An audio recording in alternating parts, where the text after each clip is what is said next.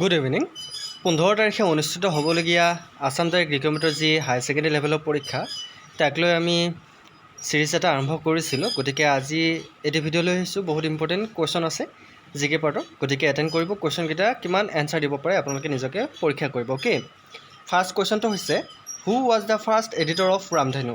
ৰামধেনুৰ প্ৰথম সম্পাদক কোন আছিল? পৰীক্ষাত আহে কিন্তু দেই।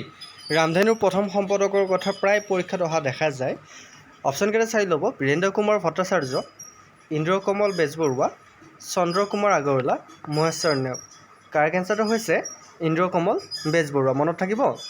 নেক্সট কুৱেশ্যনটোলৈ আহিছোঁ। Who was the first editor of the Assamese magazine Gariyasi. Okay, Asomiya আলোচনী গৰিয়সীৰ প্ৰথম সম্পাদক কোন আছিল? আহিব পাৰে কিন্তু। গৰিয়সী হৈছে অসমীয়া আলোচনী। Option A Chandraprasad Saikia, option B Lakshminandan Bora, option C Bhabendranath Saikia, option D Homen Borgohain. Correct answer কি হ'ব? কাৰেক্ট এনচাৰ হৈছে চন্দ্ৰপ্ৰসাদ শইকীয়া। অ'কে, নেক্সট কুৱেশ্যনটোলৈ আহিছোঁ। The capital of Assam was shift from Shillong to Dispur in the year.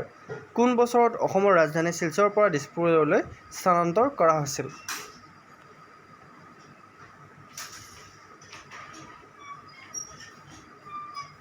Correct answer হৈছে 1972। মনত ৰাখিব। আপোনালোকে যদি এতিয়ালৈকে আমাৰ চেনেলটো ছাবস্ক্ৰাইব কৰা নাই, ছাবস্ক্ৰাইব কৰি ল'ব। বিশ্বাসী বন্ধুৰ জৰিয়তে আপোনালোকে বিভিন্ন ধৰণৰ ইম্পৰ্টেণ্ট ক্লাছবোৰ এটেণ্ড কৰিব পাৰিছে। আৰু লগতে আমাৰ লাইভ ক্লাছো আহে। আপোনালোকে যদি চাব বিচাৰে চাব পাৰে। আৰু যদি আমাৰ PDFবোৰ আপোনালোক লাগে তেনেহ'লে আপোনালোকে PDFৰ কাৰণে আমাক যোগাযোগ কৰিব পাৰে। Next question. Saraighat bridge was constructed in the year. Saraighat দলং কোন বছৰত নিৰ্মাণ কৰা হৈছিল? এইটো কুৱেশ্যন প্ৰায় আহে। শৰাইঘাট দলং কোন বছৰত নিৰ্মাণ কৰা হৈছিল?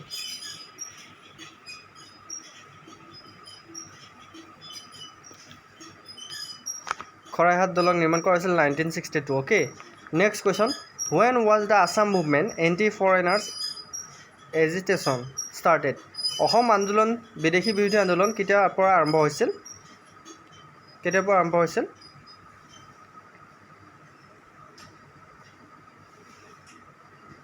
কাৰেক্ট এনচাৰ হৈছে 1979। Next question. Who was the chief minister of Assam when the Assam accord was sign. Assam চুক্তি স্বাক্ষৰিত হোৱাৰ সময়ত অসমৰ মুখ্যমন্ত্ৰী কোন আছিল? এইটো কিন্তু বিৰাট ইম্পৰ্টেণ্ট কুৱেশ্যন।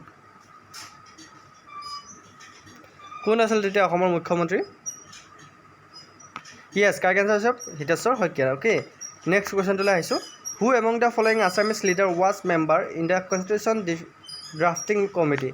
তলত উল্লেখ কৰা অসমীয়াৰ নেতাৰ ভিতৰত কোনজন সংবিধান খচৰা সমিতিৰ সদস্য আছিল? কোনজন আছিল?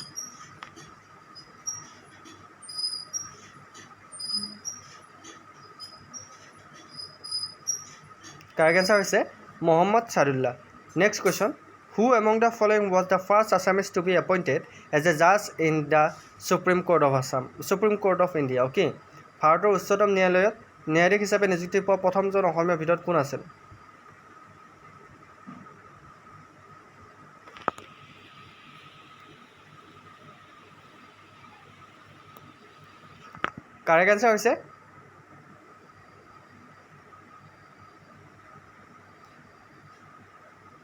কাৰেক্ট এনচাৰ হৈছে পাৰ্বতী কুমাৰ গোস্বামী। নেক্সট কুৱেশ্যনটোলৈ আহিছোঁ। হু ৰোড দ্য পয়েম আঘোণৰ কুঁৱলী। আঘোণৰ কুঁৱলী কবিতাটো কোনে লিখিছিল? বহুত ইম্পৰ্টেণ্ট। আঘোণৰ কুঁৱলী কবিতাটো কোনে লিখিছিল?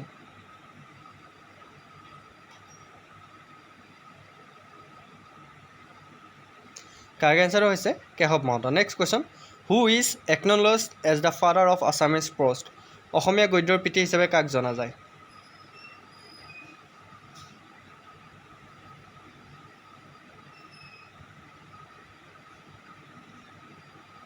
কাৰেক্ট এনচাৰ হৈছে option A Bhattadev.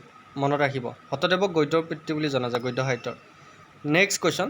The autobiography of Mahatma Gandhi my experiment with truth has been translated in Assamese. Mahatma গান্ধীৰ আত্মজীৱনী মাই এক্সপেৰিমেণ্ট উইথ ট্ৰুথ নামৰ কিতাপখন অসমীয়ালৈ কোনে অনুবাদ কৰিছিল?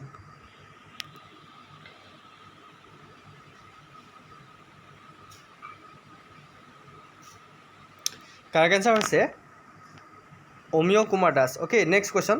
Which one of the following is the first island made a district in India. তলৰ কোনটো দ্বীপ ভাৰতৰ ভিতৰতে প্ৰথম জিলা হিচাপে পৰিগণিত হৈছিল?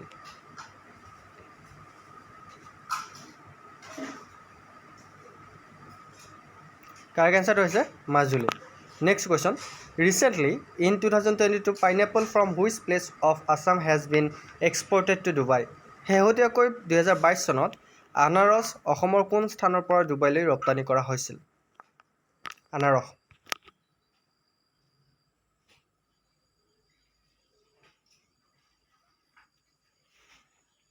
মনত ৰাখিব অসমৰ পৰা লখিমপুৰলৈ okay next question Nalinibala Devi won Sahitya Akademi award for the book Nalinibala দেৱীয়ে কোনখন গ্ৰন্থৰ বাবে সাহিত্য একাডেমি বঁটা লাভ কৰিছিল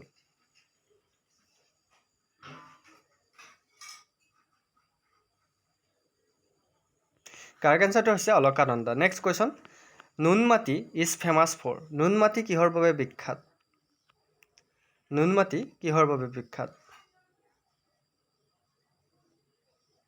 কাৰেক্ট এনচাৰ হৈছে oil refinery okay next question Lokapriya Gopinath Bordoloi international airport is situated at Lokapriya Gopinath Bordoloi আন্তঃৰাষ্ট্ৰীয় বিমানবন্দৰ ক'ত অৱস্থিত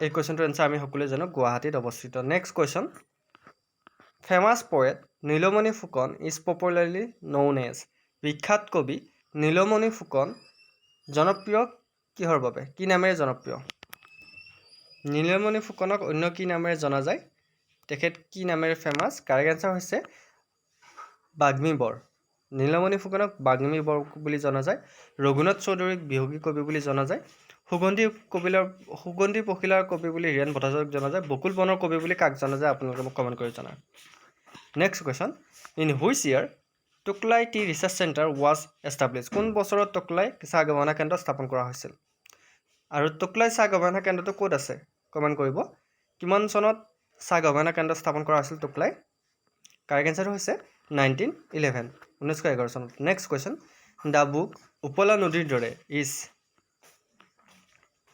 এইখন কিতাপ কি বাৰু উপলা নদীৰ দৰে এইখন কিতাপ কিহৰ কিতাপ কাৰেক্ট এনচাৰটো হৈছে এন অট'বায়োগ্ৰাফি আত্মজীৱনী অ'কে এইখন autobiography next question the brass metal industry of Assam is located অসমৰ ব্ৰাছ মেটেল উদ্যোগ ক'ত অৱস্থিত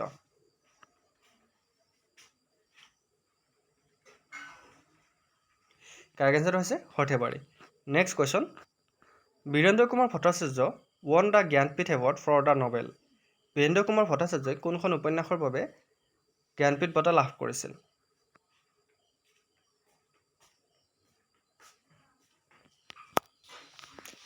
কাৰেক্ট এনচাৰটো হৈছে মৃত্যুঞ্জয়খন কাৰ ৰচনা বীৰেন্দ্ৰ কুমাৰ ভট্টাচাৰ্য আহিব পাৰে next question which of the following Assamese feature films was awarded the president silver medal for the first time as the best Assamese feature film তলৰ কোনখন অসমীয়া বৈশিষ্ট্যপূৰ্ণ ছবিৰ ভিতৰত কোনখন ছবিয়ে প্ৰথমবাৰৰ বাবে শ্ৰেষ্ঠ অসমীয়া বৈশিষ্ট্যপূৰ্ণ ছবি হিচাপে ৰাষ্ট্ৰপতিৰ ৰূপৰ পদক লাভ কৰিছিল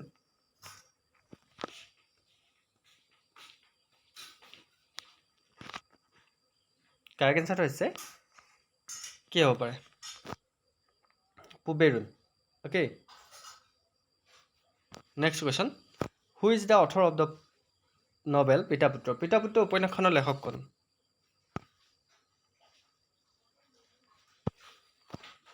কাৰেক্ট এনচাৰটো হৈছে Homen Borgohain next question Sualkuchi is famous for Sualkuchi কিহৰ বাবে বিখ্যাত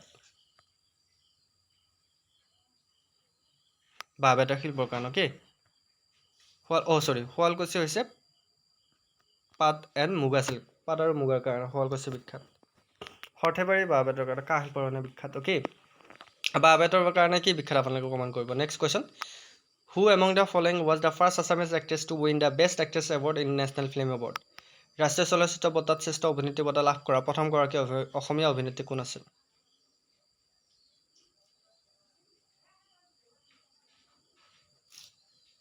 কাৰেক্ট এনচাৰ হৈছে মলয়া গোস্বামী তো এয়া আছিল আজিৰ প্ৰথমটো আপোনাৰ কেইটামান ইম্পৰ্টেণ্ট কুৱেশ্যন এইটো 3 নম্বৰ ভিডিঅ' আৰু কেইটামান ভিডিঅ' আহিব ছ'চিয়েল চায়েন্সৰ ক্লাছো আহিব গতিকে এটেণ্ড কৰিব আৰু ভিডিঅ'টো ভাল লাগিলে চেনেলটো ছাবস্ক্ৰাইব কৰিবলৈ নাপাহৰিব আজিলৈ মানে নেক্সট ভিডিঅ'ত আকৌ লগ পোৱা প্ৰতিশ্ৰুতি জয় হিন্দ জয় অসম